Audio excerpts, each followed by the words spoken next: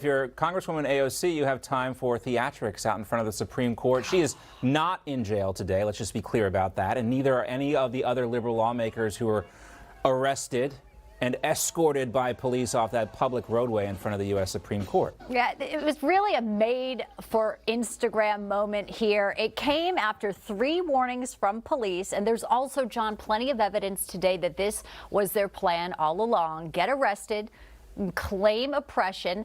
AOC even responded today to her fake arrest to those critics, the Republicans. Where else did she do it? Well, Instagram, of course. Republicans' favorite hobby is to make conspiracy theories out of everything to distract you and keep you from talking about what's actually important, which is the fact that they are trying to take away your right to bodily autonomy. If I was faking that, why would I intentionally fist pump somebody? It's so silly. So silly. Well, on this week's installment of Oppression Theater, a brave band of progressives rising up against the evil forces on the U.S. Supreme Court. Consequences be damned. Martin Luther King Jr. was arrested 29 times for fighting for civil rights. AOC and Ilhan Omar are now on their way to reaching a similar total of arrest. Now, Chuck Schumer wasn't arrested, but he might be the first to bail him out if they actually went to jail.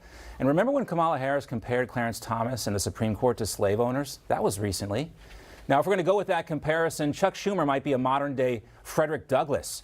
Just listen to him. He's been one of the most oppressed members of the U.S. Senate. Those mean judges on the high court actually expect Congress to pass laws that sync up with the Constitution. How dare they? And Senator Schumer doesn't like it one bit. Let's face it. This is a MAGA Supreme Court, a MAGA right-wing extremist Supreme Court, very, very far away from not only where the average American is, but even the average Republican. The people are seeing that. We're seeing it in poll numbers across the country. You've got to take a look. People are understanding how bad this court is and that they've been put in power by the Republican Senate, just about every one of them. Well, let's not forget, too, Schumer's warning to conservative justices not too long ago. They're going to pay for overturning Roe. So here we have Schumer's ongoing threats against the justices, these recent arrests, and the drama of their oppression theater, all designed with one clear objective: fail now and then claim that our Constitution, our republic, of course, is rigged against them. The Democrats, they are the oppressed. These are the same people who control both houses of Congress and the White House right now. But they say democracy is in danger. So we got to do something. So let's go do some Gandhi Larping. Take a look at this video. This is Michigan Congressman Andy Levine. He is going full prison Mike here from the office. He is so oppressed. How oppressed is he? Well, he's a second-generation congressman. His dad had the exact same job as he did. And in this video, we can hear him call for an end to the filibuster so progressives can force through their radical legislation on abortion. That's what they want to do here.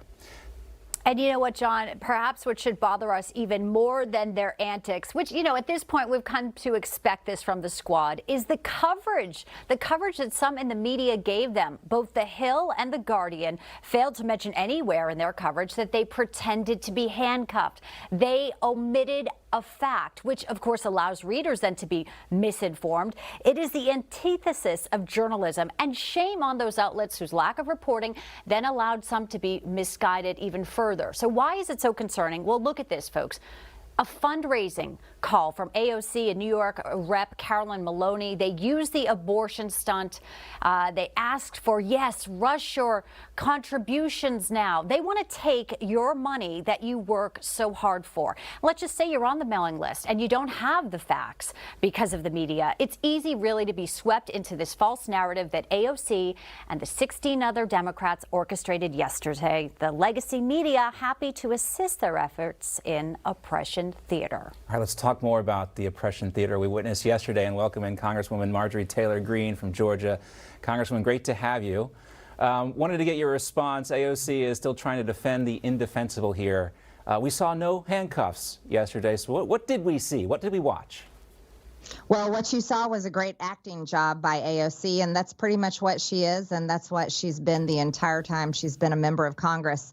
You know, and I really appreciate you all telling your viewers exactly what happened The Capitol Police had to warn them 3 times to stop playing in traffic out in front of the Supreme Court as they were feigning their fake outrage over abortion. Now, let's be real. Abortion is very legal in New York. It's also very legal in Minnesota, where AOC and Ilhan Omar represent their districts. So I don't know why they're crying about abortion rights. But the Capitol Police warned them 3 times and then had to go out in the road and so-called arrest them to take them out of the street for their own safety. That is actually what happened, and you guys are so right. It was exactly for fundraising, and it's all to rile up their base because no one wants to vote for their failing policies that are destroying America right now. No one can afford groceries. People can't find baby formula. People are sick and tired of the illegal invasion at our southern border, and gas prices are out of control. So this was such a joke. It was something to laugh at, and we should make fun of it and call them out for exactly what they are. They're liars, and it was a pitiful acting job.